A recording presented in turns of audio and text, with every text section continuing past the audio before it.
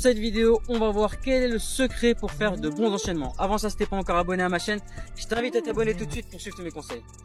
Alors, comment faire de bons enchaînements pied-point? Tout se joue avec deux choses. La coordination et la gestion du poids du corps. En effet, tu le sais sans doute, si tu fais des sports de combat, pour avoir des frappes efficaces, il faut utiliser ton poids du corps.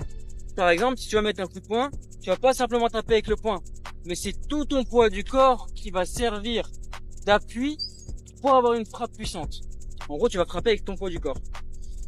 Une fois que tu as compris ça, il faut comprendre la notion de coordination.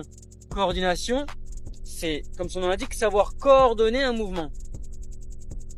Donc là, on va vouloir gérer la coordination et le poids du corps pour faire de bons enchaînements. Ici, je vais envoyer un coup avec mon poids du corps. Je vais coordonner ça avec un retour, un mouvement du corps et encore une frappe avec le poids du corps. Et ainsi de suite. Là, je suis bien coordonné. À chaque fois, je frappe, j'ai mon poids du corps. Donc j'ai le poids du corps et j'ai la coordination. C'est fluide. Dès lors que je vais pas avoir l'un ou l'autre, ça va plus marcher. Par exemple, j'ai de la coordination, mais j'ai pas de poids du corps. Je suis pas efficace, je fais pas un bon enchaînement. Si cette fois j'ai le poids du corps, mais j'ai pas la coordination, par exemple, ça va plus.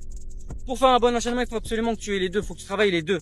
Premièrement, la première étape, c'est la technique pour avoir des frappes avec le poids du corps. Et la deuxième étape, c'est la coordination qui va te permettre de lier ces frappes.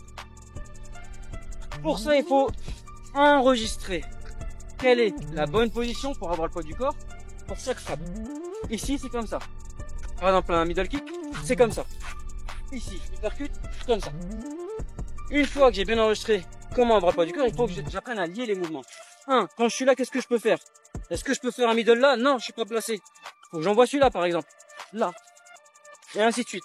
Là, là, là, là, là, là. Donc, vraiment, comprendre ces deux éléments. Une fois que c'est acquis, tu peux faire des bons enchaînements et être créatif dans tes enchaînements. Donc, ça demande surtout de la pratique. Mais comme je l'ai dit, faire les choses étape par étape. Premièrement, acquérir la technique avec des frappes, avec un poids du corps qui est bien présent.